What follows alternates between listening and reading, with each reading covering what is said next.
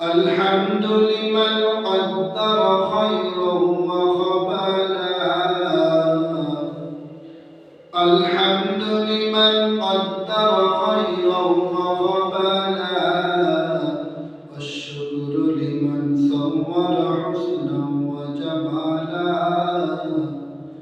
والشكر لمن صور حسنا وجمالا. فرد صمد عن صفة الخلق بريء. فرد صمد عن صفة الخلق بريء. رب أزلي خلق الخلق كمالا. رب أزلي خلق الخلق كمالا. لا ضد ولا ند ولا حد لمولاه. لا ضد ولا ند ولا حد لمولاه. الآن كما كان ولم يلق زوالا. الآن كما كان ولم يلق زوالا. আবু বকর রাদিয়াল্লাহু তাআলা যখন খিলাফতের দায়িত্ব যখন পালন করছিলেন, আবু বকর রাদিয়াল্লাহু তাআলা প্রত্যেকদিন ফজরের নামাজের পরে আবু বকর রাদিয়াল্লাহু তাআলা ফজরের নামাজ পড়ে মসজিদে নববী থেকে বের হয়ে যায়। প্রত্যেকদিন যখন মসজিদ থেকে যখন বের হয়ে যায়, হযরত ওমর ফারুক রাদিয়াল্লাহু তাআলা এই বিষয়টা নজর করলেন যে সিদ্দিক আকবর রাদিয়াল্লাহু তাআলা প্রত্যেকদিন ফজরের নামাজের পরে কোথায় রওনা করে। এমনকি ইম্পর্টেন্ট কাজ, যে কাজ করার জন্য প্রত্যেকদিন আবু বকর সিদ্দিক রাদিয়াল্লাহু তাআলা ফজরের নামাজ পড়ে কোথায় যায় তার ভিতরে একটা সন্দেহ কাজ করতেছে। হযরত ওমর ফারুক রাদিয়াল্লাহু তাআলা বলেন, আমি একদিন আবু বকর রাদিয়াল্লাহু তাআলা পিছনে রওনা করলাম। হযরত আবু বকর রাদিয়াল্লাহু তাআলা কোথায় যায়, কি কাজ করে, এইটা দেখার জন্য হযরত ওমর ফারুক রাদিয়াল্লাহু তাআলা পিছনে চুপি এমন ভাবে রওনা করলেন যাতে করে আবু বকর আমাকে বুঝতে না পারে। হযরত ওমর ফারুক রাদিয়াল্লাহু তাআলা বলেন, আবু বকর মরহুমের মধ্যে তখন তো শুধু মরহুম ছাড়া কিছুই ছিল না। এখন তো সমস্ত জায়গায় বিল্ডিং হয়ে গেছে। তখন শুধু মরুভূমি আর মরুভূমি ছাড়া কিছুই ছিল না। হযরত ওমর ফারুক রাদিয়াল্লাহু তাআলা বলেন, আবু বকর চলতেছে মরুভূমির মধ্যে চলতেছে যাওয়ার পরে আমি দেখলাম ছোট্ট একটা ভাঙা ঘরের মধ্যে সিদ্দিক আকবর এই ঘরের মধ্যে প্রবেশ করলো। হযরত ওমর ফারুক রাদিয়াল্লাহু তাআলা মর্যাদিত হয়ে গেলেন।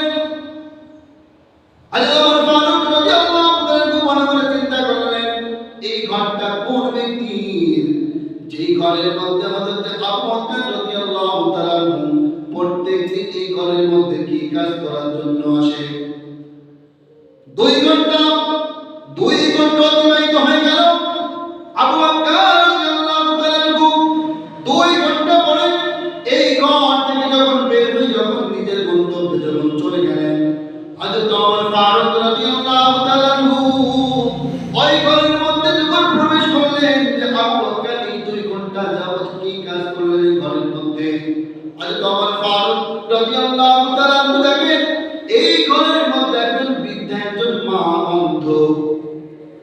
এই বৃদ্ধা মাটা চোখেও দেখে না, নিজের খানাগুলো নিজেও তৈরি করে খাইতে পারে না।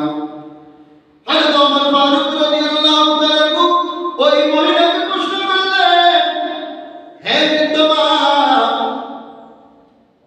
যে লোকটা তোমার কাছে প্রত্যেকদিন ফজরের পরে তোমার কাছে আসে, তোমার কাছে এসে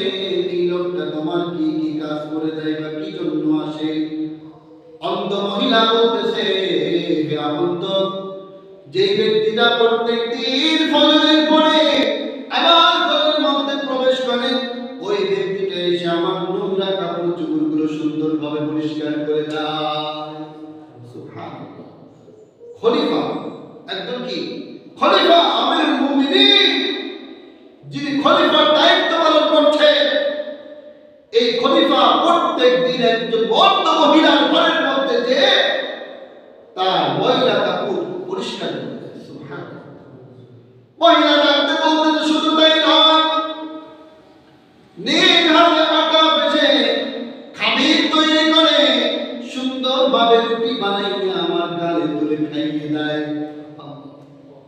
আমার গালে তুলে খাইয়ে দেয়। শুধু তাই নয়, ওই লোকটা শুধু আমাকে খাইয়ে দেয় না, আমাকে সুন্দরভাবে গোসল করিয়ে দেয়। আমার সুন্দরভাবে গোসল করিয়ে দেয়। আর আমাকে রেখে যাওয়ার সময় ওই লোকটা আমাকে বলে, আমি আপনার জন্য আরো 2 বেলার খানা তৈরি করে গেলাম, আপনি দুপুরের সময় এবং রাত্রিতে খানা খাইবেন। আমি সুন্দরভাবে সেই খানাগুলো পাঠিয়ে দিয়েছি। হযরত ওমর ফারুক রাদিয়াল্লাহু তাআলা এই কথাগুলো শুনতেছিলেন আর তার চোখ বেয়ে পানি পড়তেছিলেন। হযরত ওমর ফারুক রাদিয়াল্লাহু তাআলা চিন্তা করেন যে খলিফা আমিরুল মুমিনিন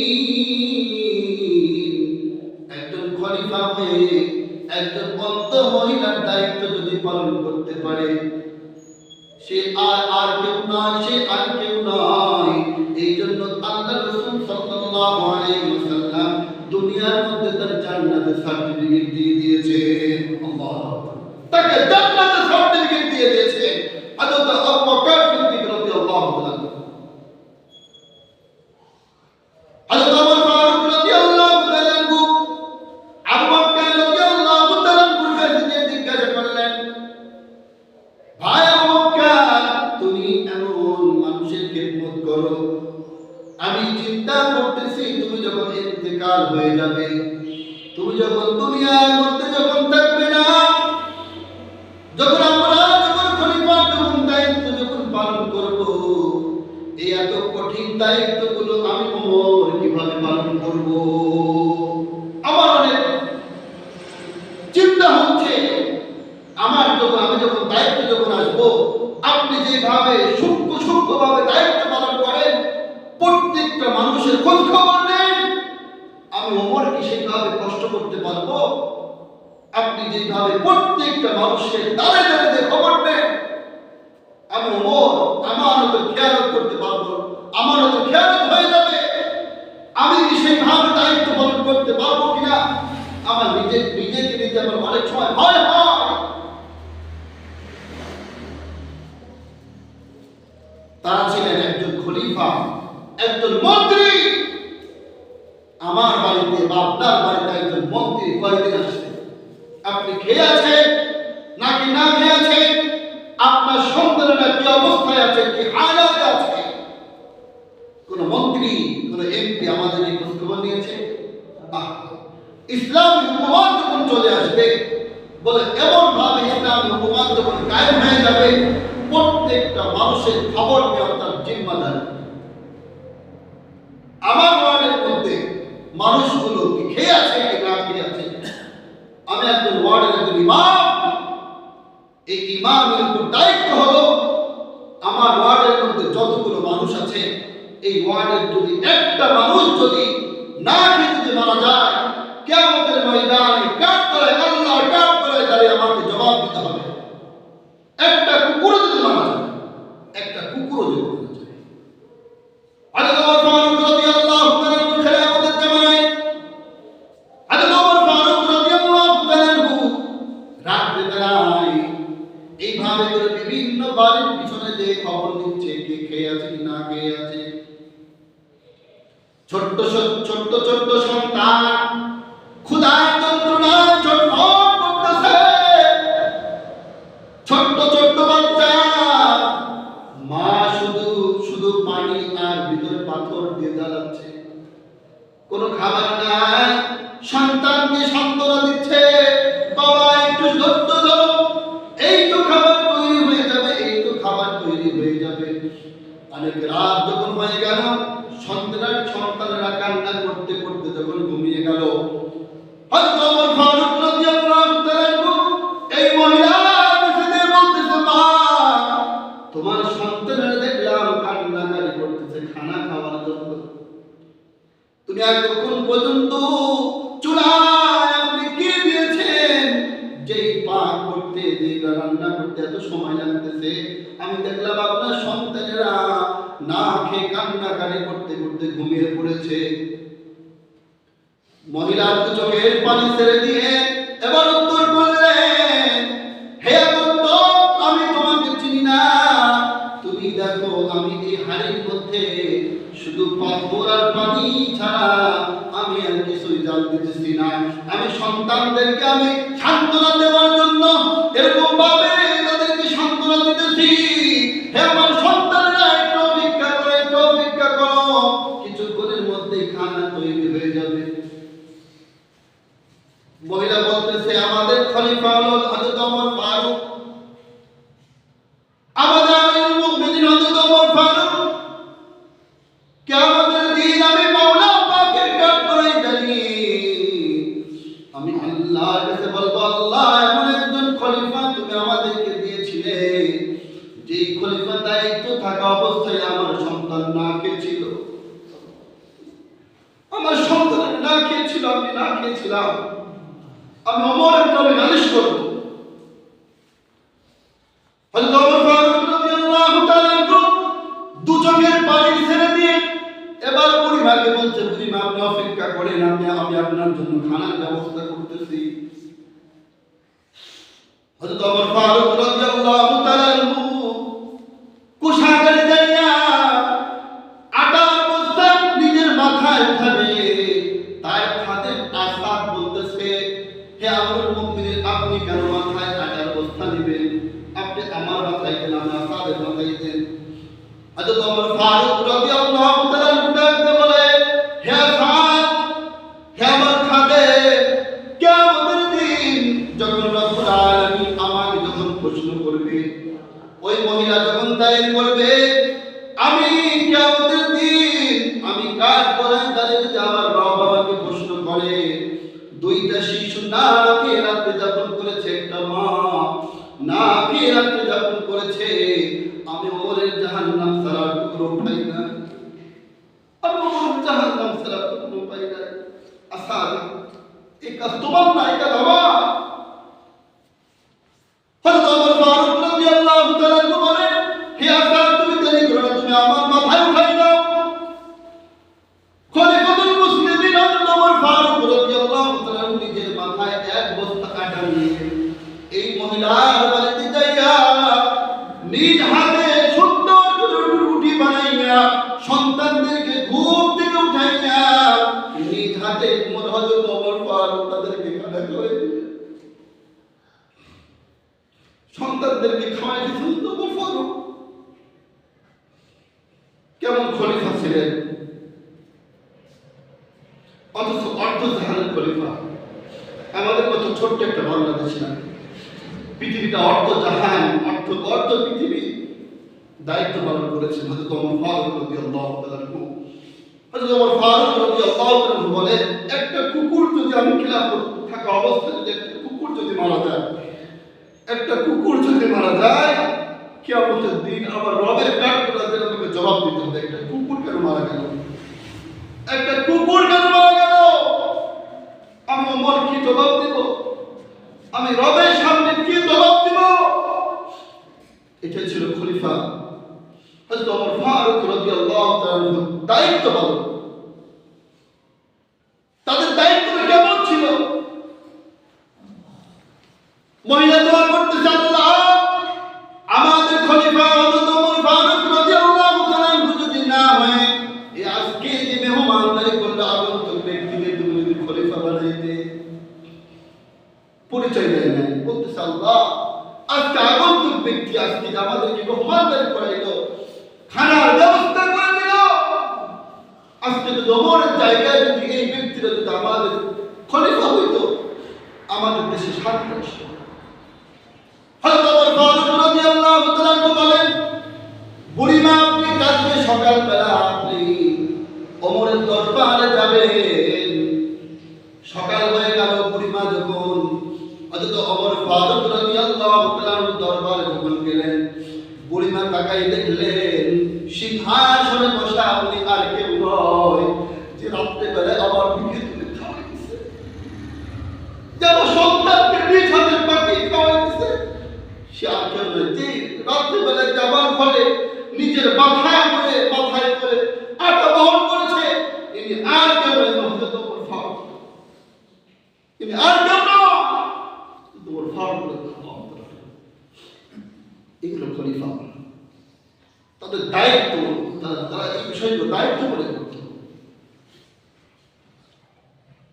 হযরত ওমর ফারুক রাদিয়াল্লাহু তাআলা যখন ইসলাম গ্রহণ করলেন, ইসলাম গ্রহণ করার পর আল্লাহ রাসূল সাল্লাল্লাহু আলাইহি ওয়াসাল্লামকে বলেন, হে আল্লাহর রাসূল, এখন গোপনে আপনি ইসলামের দাওয়াত দিবেন না। বলে কিরকম? বলে আলা লাহুল খালকু ওয়াল আমরু তাবারাকাল্লাহু রাব্বুল আলামিন। হযরত ওমর ফারুক বলেন যে জমিন আল্লাহ, আসমান আল্লাহ, সব কিছু আল্লাহ তাআলা সৃষ্টি করেছে, তাহলে আইন চলবে তো আল্লাহ। সুবহানাল্লাহ। হযরত ওমর ফারুক বলেন আইন চলবে সেই রবের, যে রব আমাকে তৈরি করেছে, আমাকে বানিয়েছে, আসমান বানিয়েছে, জমিন বানিয়েছে, পৃথিবীর সমস্ত কিছু বানিয়েছে, তার তারা 30 বছর বয়সে ইসলামের মধ্যে দীক্ষিত হয়েছে। অল্প সময়ের মধ্যে ব্যবধানে তারা দুনিয়া থেকে জান্নাতের সার্টিফিকেট অর্জন করেছে। 30 বছর বয়সে ইসলাম গ্রহণ করেছে, ইবাদত করছে কয় বছর? 30-35 বছর ইবাদত করছে। হ্যাঁ, 30 বছর বয়সে হযরত আবু বকর সিদ্দিক রাদিয়াল্লাহু তাআলা ইসলাম ধর্ম গ্রহণ করেছেন, 32 বছর ইবাদত করেছে, 32-33 বছর ইবাদত করেছে। আর 32-33 বছরের আমল বলে সারা পৃথিবীতে যত মানুষ আসবে, কিয়ামত পর্যন্ত আসবে, সমস্ত মানুষের আমল এক পাল্লায় রাখা হবে। আর হযরত আবু বকর রাদিয়াল্লাহু তাআলার আমল একটা রাত্রে আমল একটা পাল্লায় রাখা হবে, দেখা যাবে আবু বকর আমলের পাল্লা ভরে যাবে। সুবহানাল্লাহ। করতে করতে বলছেন 32 বছর আমল। কয় বছর আমল? 32 বছর আমলের অবস্থায়। আল্লাহ, আমরা সারা জীবন আমাদের হায়াতের জিন্দেগি যদি 80-90 বছর হয়, তো 80-90 বছরের বয়সের মধ্যে 60-70 বছর তো আমরা ইবাদত করি না, যেমন নামাজ পড়ি, তারপরে হযরত আবু বকরের মতো নামাজ আমাদের হয় না, হযরত আলীর মতো নামাজ আমাদের হয় না, হযরত ওমর ফারুকের মতো নামাজ আমাদের হয় না। এই জন্য দেশে তখন শান্তি হবে, দেশে তখন শান্তি হবে যখন দেশটা ইসলাম অনুযায়ী চলবে। দেশটা ইসলাম অনুযায়ী চলবে, তখন দেশের মধ্যে শান্তি আসবে। এই জন্য ভাই খেয়াল রাখতে হবে আমাদের বাংলাদেশের জন্য ইসলাম হুকুমত, ইসলাম হুকুমত কায়েম হয়ে যায়। আমরা চাই ভাই সবাই ইসলাম হুকুমত কায়েম হয়ে যা, এটা আমরা চাই যে আল্লাহ বাংলাদেশের মধ্যে ইসলাম হুকুমত কায়েম করে দাও। আল্লাহ ঘরে ঘরে কোরআন তেলাওয়াত করনেওয়ালা, জিকির করনেওয়ালা